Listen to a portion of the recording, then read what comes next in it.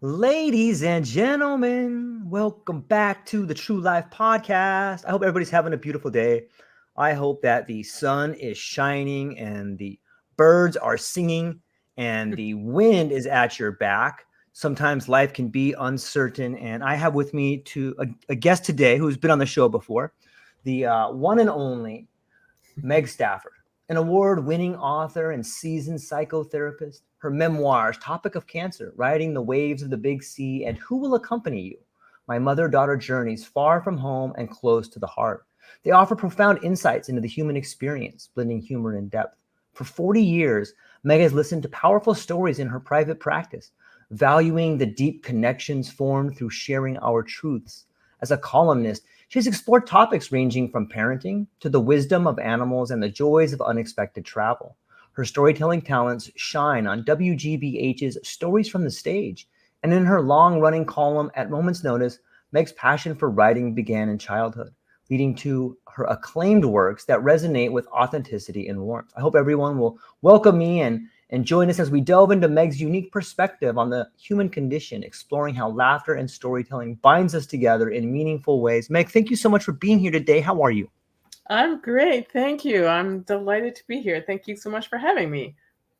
Well, I'm always delighted to talk to you. I feel like you do bring this sort of beam of authenticity into the world and kind of shines out so people can kind of see. We were touching briefly on this idea of uncertainty and motherhood and fatherhood. And, you know, your book, Living with Cancer, is kind of the topic of today. Maybe you could just kind of open it up a little bit and talk about, you know, what made you, how old were you? Maybe just give a little bit of background before you wrote that book. So I was 49 when I got my diagnosis of breast cancer. And I had always loved writing. I had been writing my column for a number of years, and it was a natural thing for me to want to shift it in this direction. It actually started because people wanted to know what was happening, and I was happy to tell people what was happening. But the thing that absolutely made me miserable was saying it over and over again. That just made me nuts. So I started this email distribution list. It had been just a little later, it would have been a blog, but people started adding to it, and it was a way for me to talk about what was happening, and it was a way for people to communicate with me. And there were people who would respond every time, and there were people who never responded. There were people who clearly hadn't read it, and I just decided from the beginning that whatever it was fine, and that it was really great for me to get it off my chest, whatever was going on. And I started adding things because my kids were in 7th and 12th grades, and there was a lot going on. So it was a great outlet, and people started encouraging me to get it into book form because they understood what their mother, cousin, brother-in-law had been through and didn't talk about. So that felt really important. So I was slipping in, slipping in humor, because there's just these quirky, crazy little things would occur to me, and people started encouraging me to, like, I like it. I know it sounds really weird, but I like reading what you write, and I miss it when you don't write. So it was a great exchange. Yeah, it's fascinating to me to see how someone's condition is like a shared condition. Obviously, the people that were reading it were identifying and connecting with you on multiple levels. Maybe they themselves had a diagnosis. Maybe their mom or their dad or someone they loved had a diagnosis. And here you are coming out in a very forthright way, even shining the light of humor on it at times to explain, here's what I'm going through right now. And it seems, can you, like, it's amazing to me how it's therapeutic for you, but also other people. Like, that must have been a weird situation to be in, right? Like, you're providing therapy for people by telling them what's happened, but you're also getting it back. Like, that's an interesting concept. Which felt really good. And that's Yeah. why I really wanted to get into book form, Right. because if this can be helpful to Right. other people, as you say, I wanted other people to know that if they have to go through it, that they can, that it Right. definitely is something that you can get through. And also for the people close to them to really know what's helpful and what isn't. And I know that there are people who would say, let me know if there's anything I could do. Right. And I know they meant it. I'm sure that they were genuine, but I was much less likely to pick up the phone and call a person who says that than I would be for someone who says, what day can I come and mow your lawn? Or like, tell me a day that I can come and bring you dinner. Or like when they were making that kind of specific offer, and all I needed to do was supply a time, then I would always answer. So that was really interesting for me to learn, especially as someone who is very independent and like, I'm a do it yourself. I'm going to drag that laundry basket down the stairs. But I had to learn to accept the help that people were offering and really honor that, because I couldn't do it without it. And that was one of the biggest takeaways for me, was that not only is it okay to have people help, but it's really important, and that is really another way of exchanging and to appreciate it, again, whatever form that takes. It's so true. I've often heard that an open invitation is no invitation at all. You know, it's a lot harder to come down. Yeah. Even if you know they mean it, but it just, of course. Oops, sorry about that. The idea of, I think a lot about awareness, and like the idea of awareness and growth in awareness. And I can't help but wonder and want to ask you this question. How did your level of awareness change? Like, here you are, a mother, you have 2 young kids, you're married, you have this life going on, and then you get this diagnosis. And then it's like, does everything change? Is it a slow motion, sort of a landfall, or is it overwhelming? Is it both? And well, maybe you could just walk us through your perceptual change of who you are, your identity. I'm sure that's a pretty big question, but I just wanted to throw it out there. I'm so curious. Probably right, a little bit of both, because in some ways I just am who I am, moving through this, and certainly at all times trying to be as present as I could to whatever it was that was happening. And that was really helpful, because I think then I didn't get stuck with any of it. But so there is a way in which receiving that diagnosis, like, things take a turn, from that point on. There are tons of doctor's appointments. There's information that you have to absorb. There's questions that you need to think about. There are decisions that you need to think about. And so like, the appointments don't all happen in a day. So they happen over a period of weeks. So I talk about those first, apart from like the day, which even the day that you're diagnosed, you've already had several weeks likely, because like, oh, there's a lump, you go to the doctor, you get referred to an ultrasound, they tell you most of these are fine, don't worry about it. I see there's something, we need to refer you to for a biopsy. So there's a period of weeks where you're anticipating it. So it's not like a bolt out of the blue. So you're hoping that it isn't going to be a cancer diagnosis, but there's some time to let it seep in. And then those first few weeks when you're seeing different physicians, I like to think of it as this funnel that you're getting more and more information through before there's a plan. So there's several weeks of information gathering and seeing different specialists and finding out what your options are, seeing someone else, seeing what they say, like the second opinion.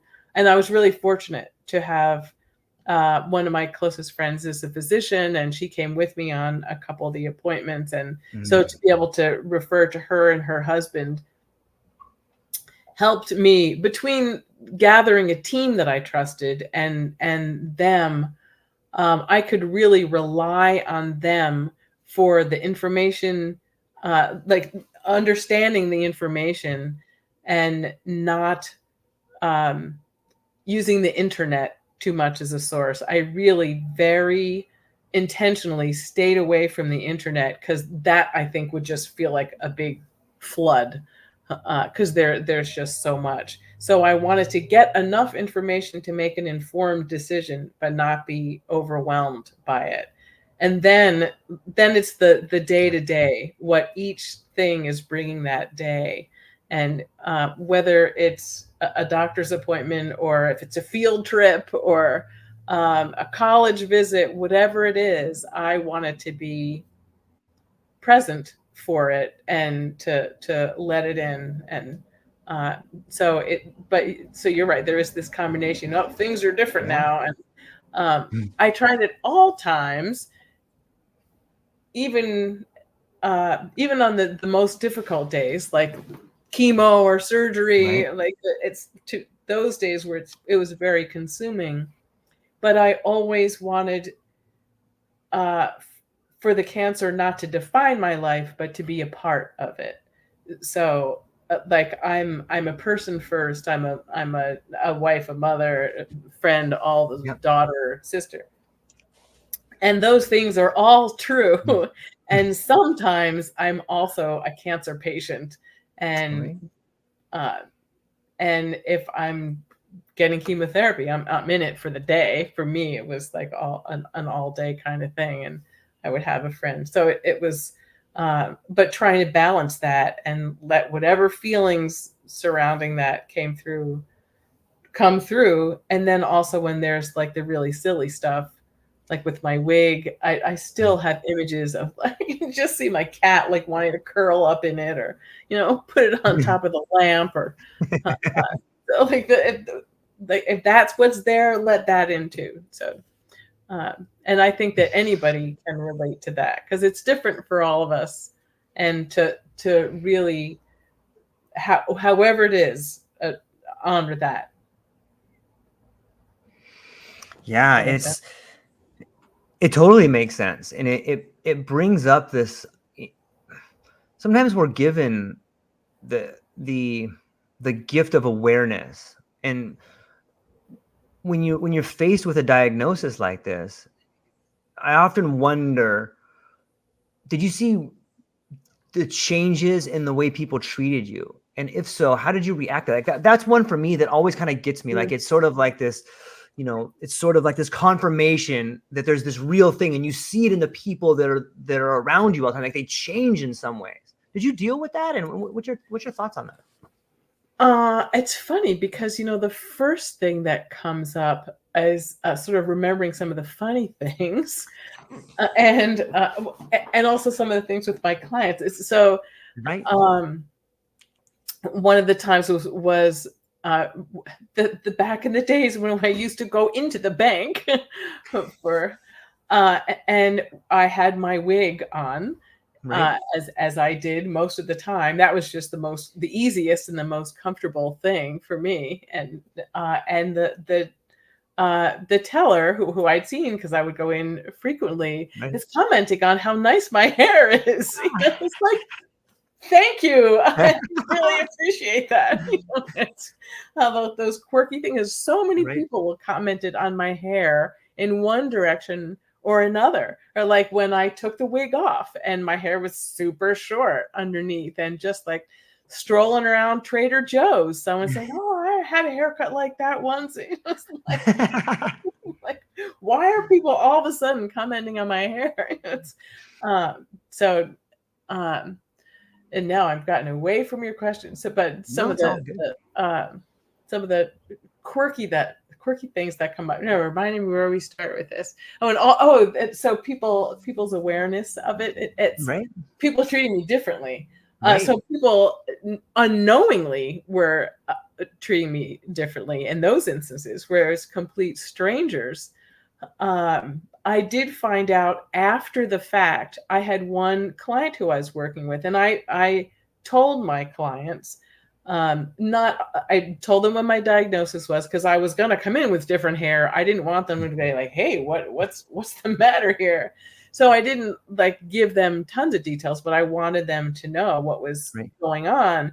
And also that if I was in the office, I was well enough to be there and could totally focus. So that was my promise to myself and to them.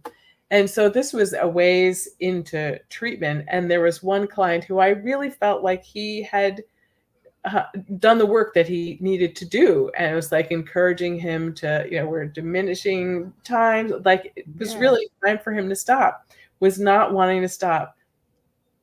He finally let me know I had completed my treatment, that he realized that he wanted to stay with me through my treatment, because he wanted to make sure I had clients. And it's like, it would not have occurred to me that that's what was going on, but that's where it was. And that was sort of very unexpected and very sweet. Yeah. And that he was able to identify it and let me know and move on his way.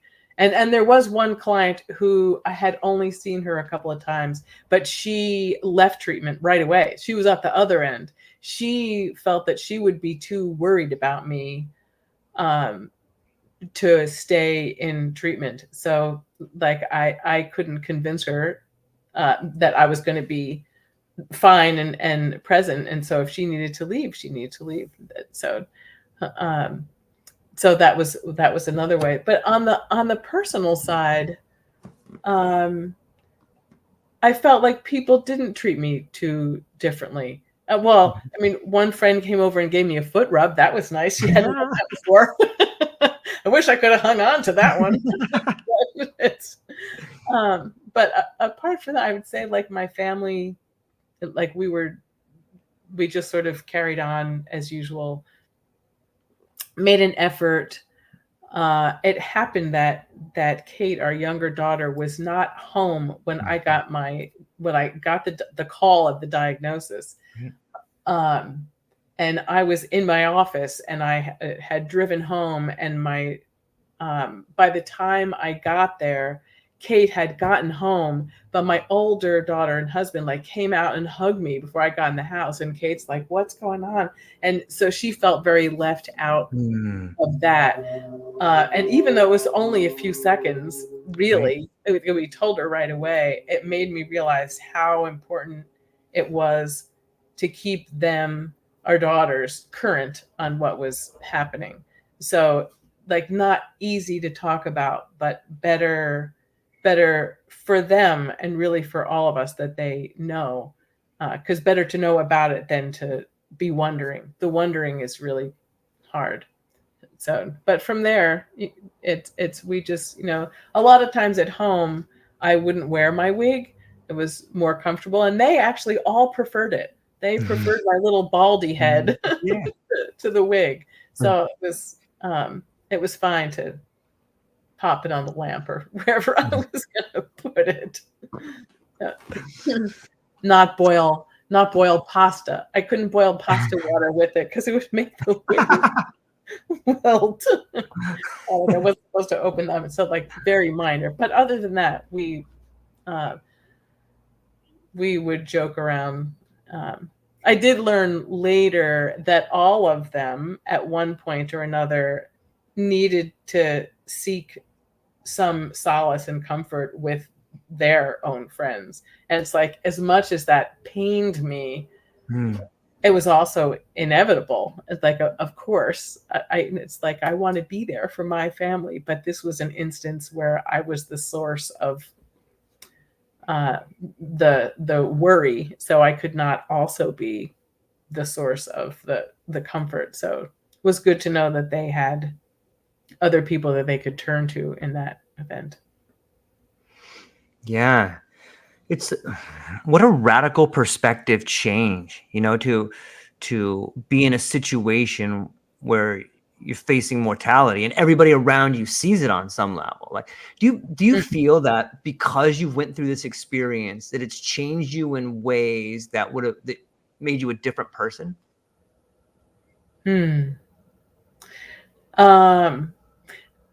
So one important piece is that from the beginning, even though I knew I was in for the triathlon of treatment, as I call it, like chemo, surgery, radiation, the whole deal, from the beginning, they were very positive about the prognosis. Right. So from the beginning, I could look down the line and see all of this treatment as the means to a really positive outcome from it. So Right.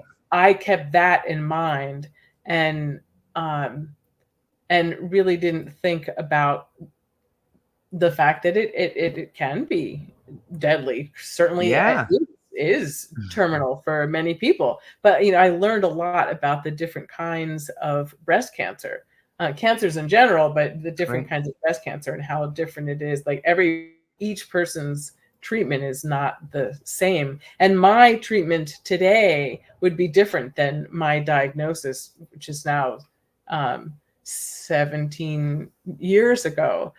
So like they're much more. I was stage 2, so I had to have chemotherapy, the whole deal. Now it might be much more targeted and specific, whereas they had to use a broader brush because that's what they knew.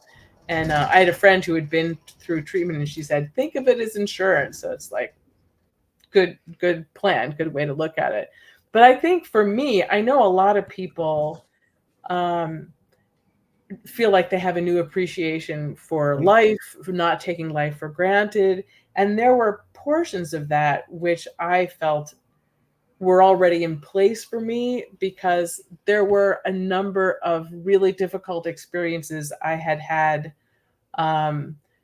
as a teenager, in terms of some deaths around me. My cousins and uncle had been in a car accident when I was 19. My uncle had died in that. My other cousin had had been killed, and there was like a suicide. So like I already knew that life was not something to take for granted, and that appreciating each day. So that was not a new thing. The thing for me really was that notion of how much we need each other, and that I couldn't drive myself to chemotherapy. There were days when I was getting IV Benadryl, which like, whoa, just like send you into outer space.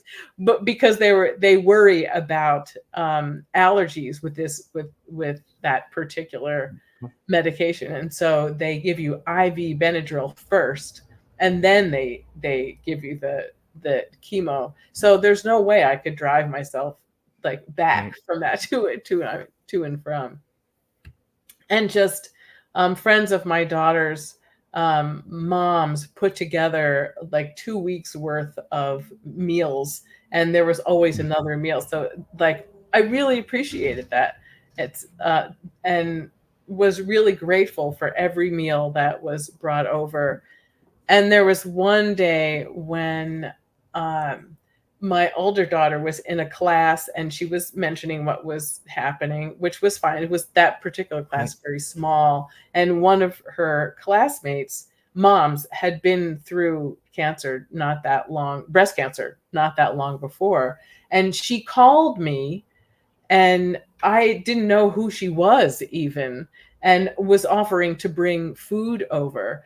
And I was just, at that moment, I was like feeling pretty good. And like, I had a hard time just wrapping my mind around who she was, but she did end up. So it's like, no, I'm all set. But she did offer up.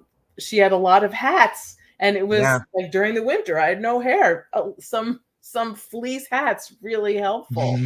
And all different kinds of like hats and scarves, and that was really helpful. So I really appreciated her willingness to hang in there with me and to make such a lovely offer. So that was really that was a really big thing for me, to not feel like I had to go it alone, and to really appreciate that people offer different gifts, and to allow that in. I don't have to be so tough all the time. So that was a big one. Yeah.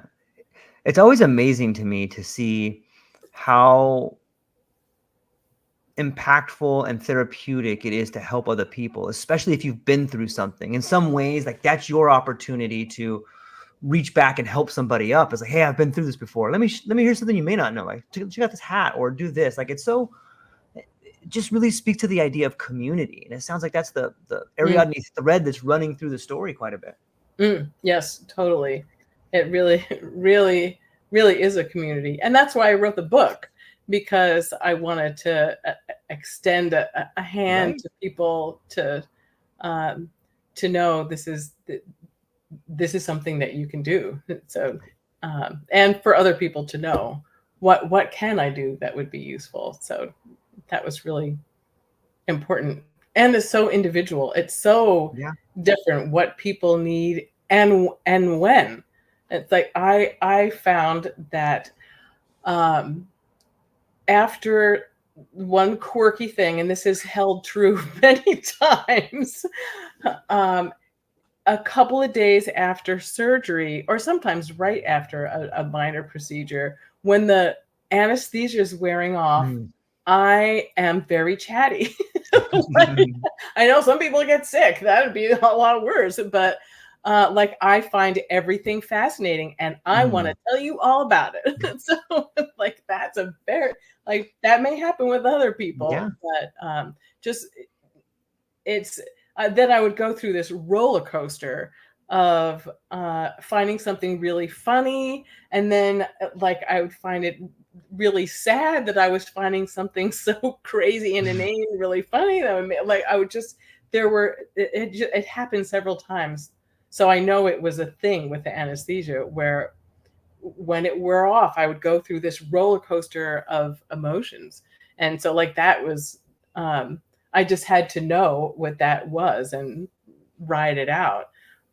And so we all need more or less support at different times, and to just accept that, and like everything else, to allow it through. It's the fastest way to move through it. You know, if you're having a really sad day, then let it be sad.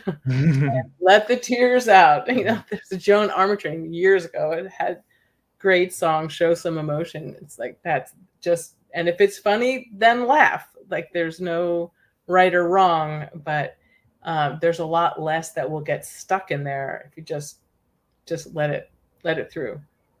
So yeah, it makes total sense. And you have an incredible sense of dimensionality about you. Like, you've traveled to all these different places, and you've created a lot of cool relationships. And I'm curious, because you've went through this process of living with cancer, after traveling to so many other places, have you noticed some differences in the way different cultures see death, or they see people going through this process? Like, because you have such a unique lens to, and traveled so much, are there different attitudes that you've seen that maybe you wish you would have incorporated, or maybe you can give to people in this interview? Like, here's a different aspect of it.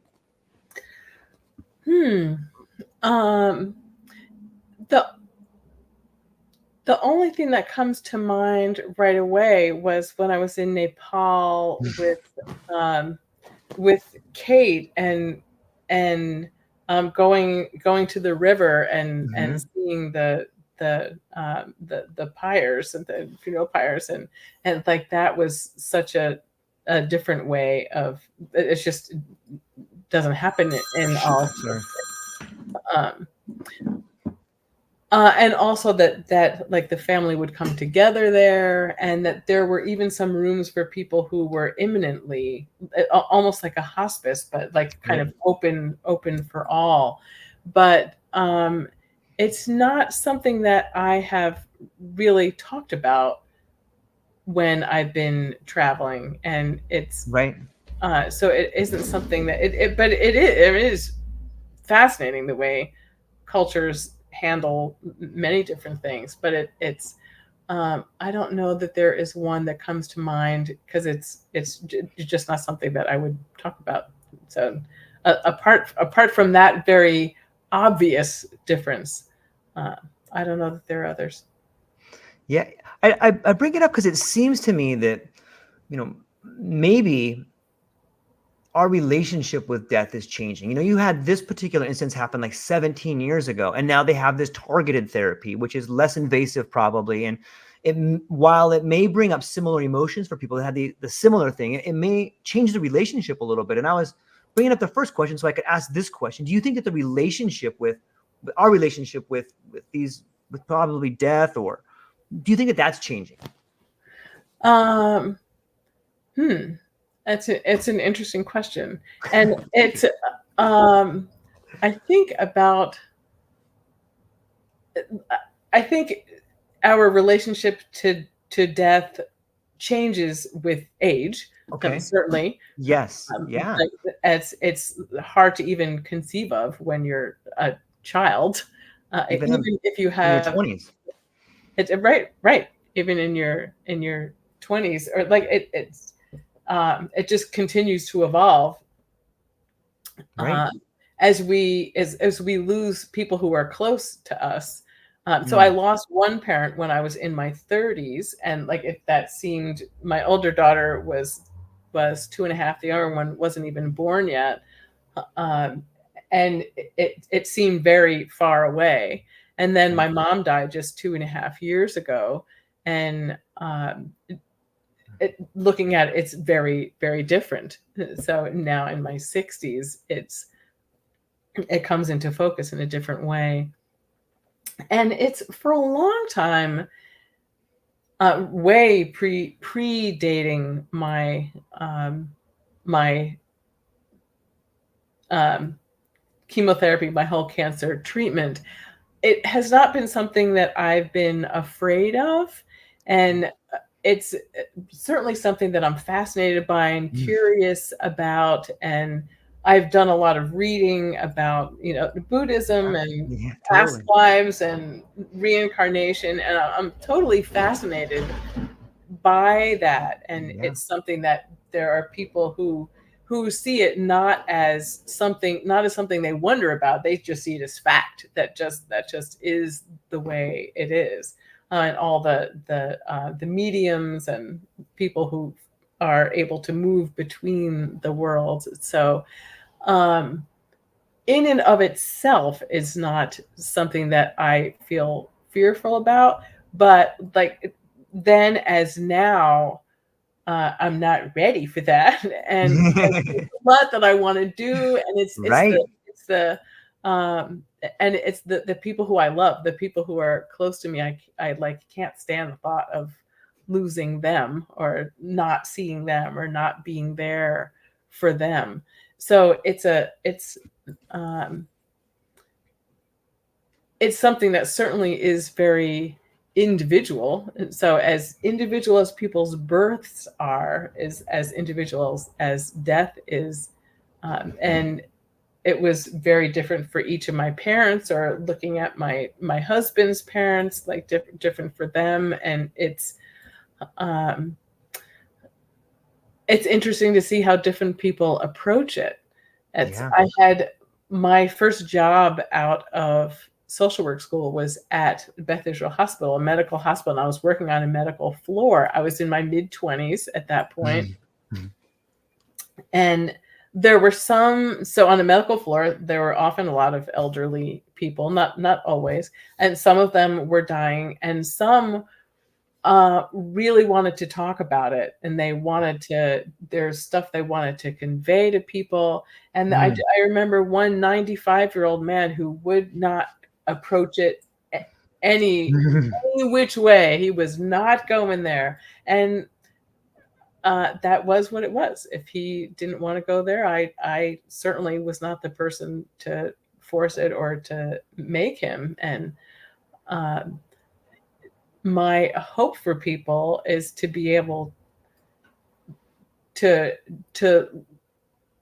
look at it as directly and as squarely as possible, because I'm all for simplicity and ease, and I think that's the easiest way through, and easiest for a family also, to be able to be aware of it and to be able to prepare for it, and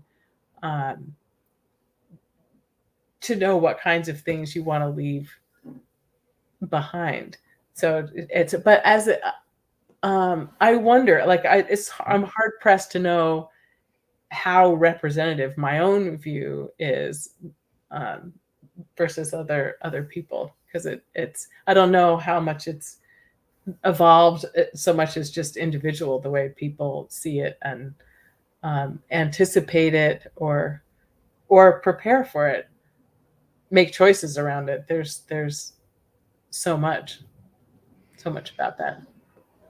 Yeah, I kind of see like the book as the experience as a rite of passage, and the book as a wisdom keeper handing down information. Like that was just your unique experience, and this is the way in which you handled it. And it seems in the Western world we have this absence of rites of passage or ceremonies, and it seems to me like what you were doing is, hey, here's my experience, and it's almost ceremonial in a way, and that's the passing down of information of like, hey, here's some resources that could be good to you. And in your situation, you spoke of other people that reached out to you, but there's no formal ceremony on some level of getting to explain, here's what I'm going through, here's how I feel, and then kind of passing it to the next generation. And that was my hope for us to move in that direction, where it's like we celebrate the elders instead of, having palliative care where we cover everything up and kind of take the dignity out of it. No, I think you're right. There are and it's interesting that the friend of my one of my daughter's friends is a minister, and she, along with another minister, just came out with a book, and I'm blanking on the exact name of it, but it is really about having rituals and having maybe everything, blessings for all, or everything is, it's something like that, but just it is a way of acknowledging even small things. I remember that one of them is like the first day of school ritual, or the like the big rituals like marriage and death, their graduations. Those are, everybody does those, but it's those smaller ones, like leaving a crib for a bed, or like or first steps everybody recognizes, but like sort of it seems like a way of really appreciating our small achievements and the little steps and the little changes that many of us go through along the way, but really taking the time to notice, oh, this is my first boat ride, this is the first time I'm stepping on a plane, or this is the last day of preschool. It's because along with any transition, no matter how positive it is, there is implied loss in the transition, even in the positive things. So like anticipating children, the most wonderful thing, it does mean a difference in the way parents are then going to be with each other. So it lovely to be able to notice them and notice the changes in both directions. Yeah, there's real magic in being aware and present, and the miracles that are happening around you all day if you're willing to kind of pay attention to them, and how lucky we are. That's true. It's true. It's in all kinds of ways. I think of our animals, because they are tremendous teachers in that they are only ever in the moment. Or mostly, I should say. It's so they are, if they're happy about something, they're excited. If they're worried, they're worried. It's right out there. But they're noticing. They help us to stay and notice all the little things, all the little little blessings, the little bumps, Yeah, all the layers, all the richness in life. it's so true. Meg, because I have the greatest audience in the world, I've got some questions that people have sent to me, and I'd like to ask a few of them to you here. Oh, absolutely. Okay, here we go. All ears. Cancer can often bring about a profound sense of isolation. What strategies do you use to combat loneliness and stay connected with your community? You talked about it a little bit, but is there something else? So certainly for me, the email distribution, the emails that I was writing really was hugely helpful. But also I spoke to my friends regularly and family, and there are centers around, and I didn't participate too much during treatment, but actually I've given them books that the Healing Garden. There are different places that give people access both to therapy, also to various modes of treatment. Like one, they will have doing artwork together, doing journaling, song, any of those things. I think there are groups for people, and whichever one calls out to people, I would recommend, because absolutely connecting with other people are really, really helpful. Because there are people without family, and who are they connecting with? So finding these places, and sometimes the hospitals will know about resources, or individual physicians may know about them, but the team should be able to help with those. And certainly it wasn't at the time that I went through, but I'm sure now that there are big online communities as well. The act of writing seems to be really helpful to a lot of people in different areas of their life and when they go through traumatic events. How did writing the book for you, how did you choose what stories to put in there? And was there this overall sense of what you wanted the book to be as you were writing it? So answering the second part first, no, because as I was writing it, I was not planning it as a book. I was just writing it because I write, and I needed to get things out. So I didn't write every day, but there were so many days where there was something to talk about, and then I was writing about like that time in the post office where the postmaster was just like stamping on those packages like there was no tomorrow, and then he was talking about cremains being sent through the mail, and this one must have been really heavy. It's like, oh my God, why am I going here? So just writing about whatever came up was really helpful to me. And I often will assign people writing in my therapy practice, sometimes writing for yourself, but also sometimes writing to someone else in order to convey a message to them. And sometimes I will assign people to write about things, write to someone who has died. And it still is really powerful to get it out there. But I really wasn't thinking about the book until later, much in the much later stages, when people were encouraging me to do that. And so I compiled all the emails and sent them off to an editor and said, is this something that someone other than my immediate 80 people would have any interest in? And she said, yes. So with her help and other people's help, I needed, there were things I needed to add in so that there would be some context as to who people were. And there were things that I needed to leave out, because like, if this person never comes up again, do you need them in there? But largely, it was the emails that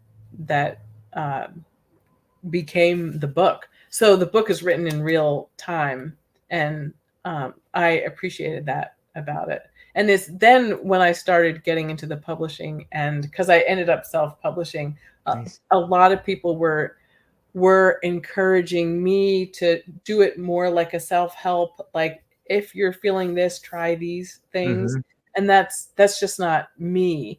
That's I don't think that that's my greatest strength as a writer. And I think that my perspective is what's more important. My like silly humor, like the plastic guy and like laser lady. I think that that's more valuable for people. And I like to learn by reading stories. So I wanted other people to have access to learn that way. And for people who prefer the, in this circumstance, try this, they can, there are certainly books out there that can be helpful for that. But it's, so I held fast in my, I need to do it this way with my voice.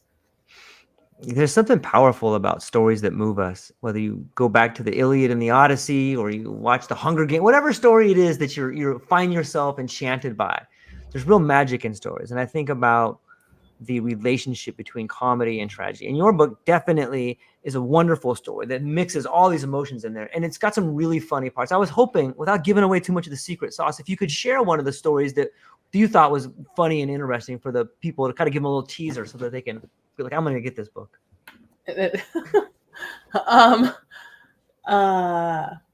Well, there was that one about going into the bank, and it's the first time that they had just taken down all the plexiglass. So it was totally open. And that was when she, across the room, is like, oh, I like your haircut. Or when I, same with my, again, with the hair, I was at a party, and one of my friends who I'd known for years, because we'd known each other a long time, like first thing says, oh, really nice haircut. And I said, oh, you too can have a haircut like this. And he looked at me like, what are you talking about? But he didn't know that I was wearing a wig and that he could have one too if he wanted it. But I do remember one really silly pun from it. Nice. I love them. So if you don't like puns, this book will be tricky because there are a lot of them. But we had gone on a boating trip. One of my husband's workmates has a boat and offered us a ride, which was really, really delightful. And so I asked, if Freud had a boat, where would he park it? And the answer is, of course, in a Freudian slip.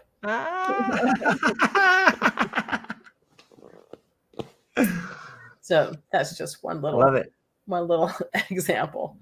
You have I love the wordplay. Like, I'm a huge fan of just the different language and how it forces us to think differently, and how, you can't really go anywhere without a linguistic pathway. And sometimes those puns just make life silly or interesting or philosophical or psychological, and it's mesmerizing to see how therapeutic language can be in these times, and its relationship with humor.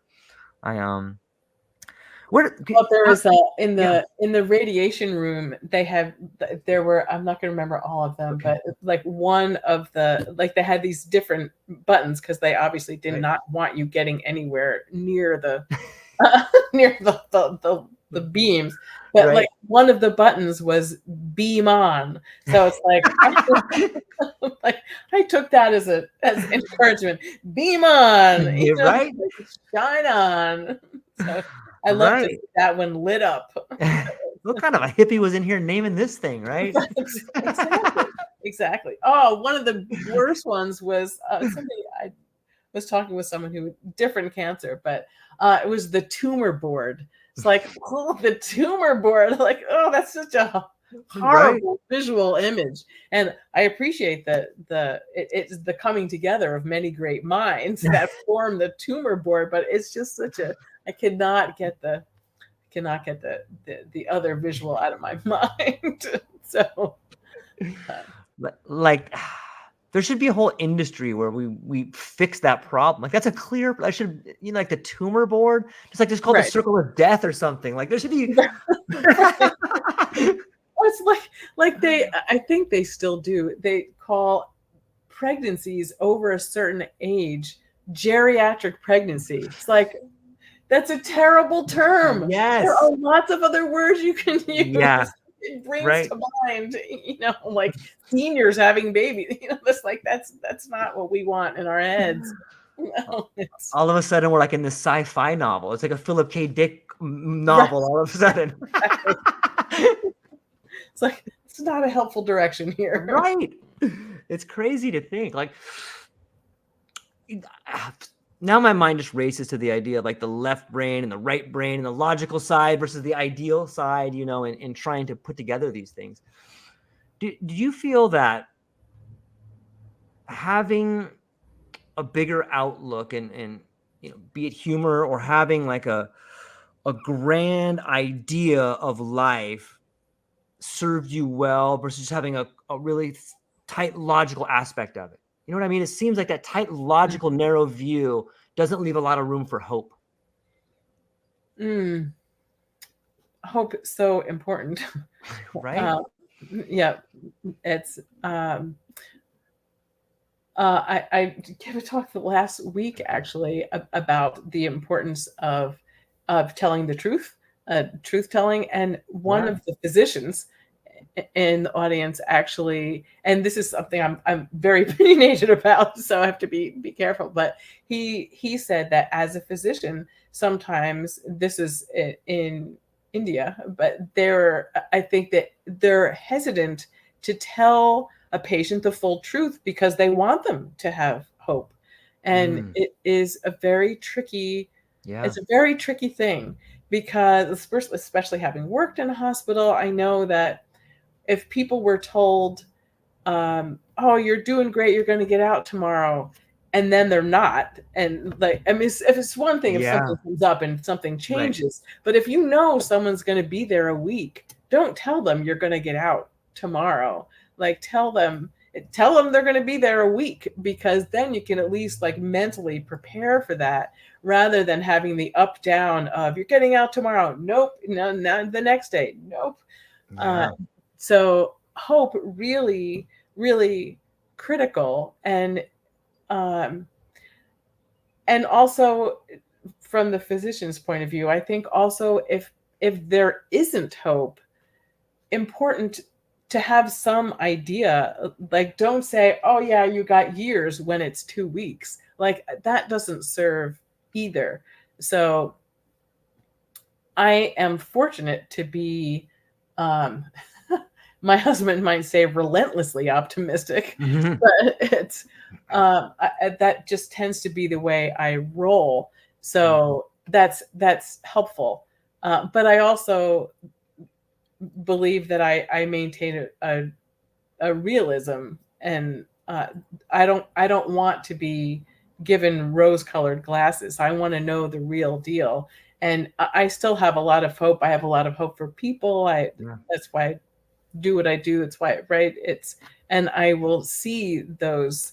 I see possibilities, and I want to convey that to people. I think that's really important. So hope, really essential, but also if there is none, to let that in and be able to have the time to digest that and make decisions from there. Because if it, even on the small level, if our children are wanting to go out for ice cream, and you say, well, maybe, but there's no way you're going out, then better to cue that up in the beginning and say, not tonight, but maybe tomorrow. Then hold out, well, maybe in 10 minutes, maybe in 10 minutes when you don't want to. But so hope, very important. And also, when it's not, to be able to acknowledge that, so people can prepare and shift elsewhere. Like, if the answer is no about something, that's not a terrible thing. Just you need to find what you need elsewhere. Yeah. Yeah, it reminds me of that quote, hope springs eternal. And sometimes in the dangerous truths that we learn about ourselves, it does allow for a new spring to, like, well, if this does happen, I hope I can teach my child how to do it right. There is hope regardless of the diagnosis, right? And that Mm-hmm. optimistic realism that you have, I think it shines through in your work. It's one reason I love talking to you. And I think that you have this sort of contagious optimism that comes through the screen, comes through the books, and it comes through your work. I'm thankful for that. And I hope other people catch it.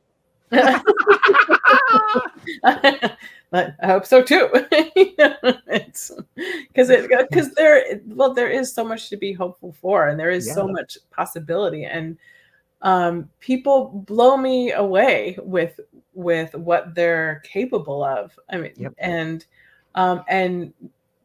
and how much people will do for one another. I mean, and themselves. Like some of my clients just like amaze me what they're willing to work through in order to get to a better place. And it's just like, you go. That's that's awesome. Like that's what we're here for, to help each other evolve and walk each other home.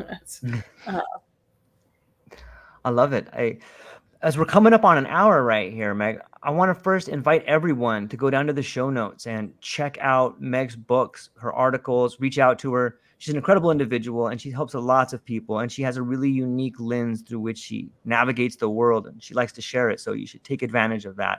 But before I let you go, I was curious if you could just share one more time, maybe what it is you want people to get after reading this book. Mm-hmm. I really want people to know that that if you or someone close to you receives a cancer diagnosis, that there is a way through, and that there are people to help, that that you have inner resources that you're not even aware of, but there are also external resources in the form of people, in the form of books, groups, doing art, and that it doesn't have to all be serious. That it's possible to laugh and dance and enjoy life, even in the midst of a challenging diagnosis. So it's beautiful. Go at it. Would you be so kind as to give people the name of the website where they can reach you, where they can find the books, and maybe what you got coming up and what you're excited about? Absolutely. So my website is www.megstafford.com. And the book we're talking about is called Topic of Cancer, Riding the Waves of the Big C. My actually more recent book is Who Will Accompany You? My Mother-Daughter Journeys Far from Home and Close to the Heart. I'm on Instagram, Meg Stafford 2183, LinkedIn, Meg Stafford. So those are the places that you can find the books, find me. I have lots of articles on my blog from the many columns that I wrote, and some of them during this time when I was in treatment, and some of them after. It was interesting to see how my perspective changed. And my local paper, they would have the first paper of every month in October of the breast cancer awareness month would be pink, and I would make sure to write a column for that. I wrote a lot about hair, all different kinds of stuff. So there's lots of short stuff there as well. But thank you. It's been a delight as always. You're a wonderful interviewer. You ask great questions and are very attentive. I appreciate that. Well, I'm stoked to talk to you. I couldn't let you go without asking, is there a third book in the works? It seems like there's these stories of journeys, like this relationship with cancer. Then there's the one with the girls and your mom. Like, I can't help but think you're working up towards a trilogy here. So there will be a third one at some point. So it's It was going to be a compilation of the columns, broken into different categories, and then sort of having pieces that set them up. And then the editor who I worked with wanted me to skew it the other way. So if I was talking about relationships, she didn't want me to just post the article. She wanted me to talk about relationships and then inject pieces of the columns in it. So that's a little bit bigger task, but that is one possibility. Also, so this talk I just gave about speaking our truths and where everybody wins, I'm hoping to get that into like TED Talk kind of frame, but that's something that I want to continue to revise and get out there, because that is also very powerful and important, and not something that we all grow up with, but it's so important for our everyday living. So I could go on and on about that. So I'll at least be getting more columns out about that. What do you have a minute for another question? Sure. Writing and speaking, I think it was Samuel Clemens who said that the written word is the carcass of the spoken word. And now you're doing this speaking tour and you're talking about this. How do you feel about the relationship, in your opinion, between the spoken word and the written word? So he said that, say that again, that the written word is the carcass of the spoken word. It's such an interesting. Correct. I'll have to digest that one a little bit. And it's so some of the stories I've told, it's and I'm telling one live, not this Sunday, but the following Sunday. Nice. And they call it for those of us who have done writing more than speaking, they call it the page to stage. I like it. And it's different. They're very different. And it's interesting for me to be learning how to deliver something live, like a story live. Right. The first two stories I've told one has been from the second part of the book in Colombia, takes place in Colombia. The other one was more about the first book, where the first part where I was in Nepal and getting a phone call out in the middle of nowhere, and like, what is happening? It's like, and navigating that. And this one the topic is bonkers. So this is going to be about our dogs and some of the antics that we had. But I think that they each have an audience, and they have different impacts. And I always had trouble writing research papers, because I tend to write very much the way I speak. So it's much more casual, but there still is some of the adjustments I had to make in the stories where I had to get some of the writtenness out of it. Right. So it would be even more the way you speak. So I think they're both wonderful and have different places. So it's fun for me to be in the speaking foray, and to make sure that it doesn't sound too written. But both wonderful, both fun. I agree. It's cool, and I'm thankful that you're doing both. I think it's a well-rounded way to share your craft with people. And so, ladies and gentlemen, please go down to the show notes. Do yourself a favor. Check out the books, the columns. Reach out to Meg. Go to the website. That's all we got for today. Hang on briefly afterwards, Meg. But to everybody else, I hope you have a beautiful day. I hope you realize that there's a bright future ahead of you. So, anything else, Meg, you want to say before we go? Oh, I agree. What he said. Thank you. Thank you, ladies and gentlemen. Aloha.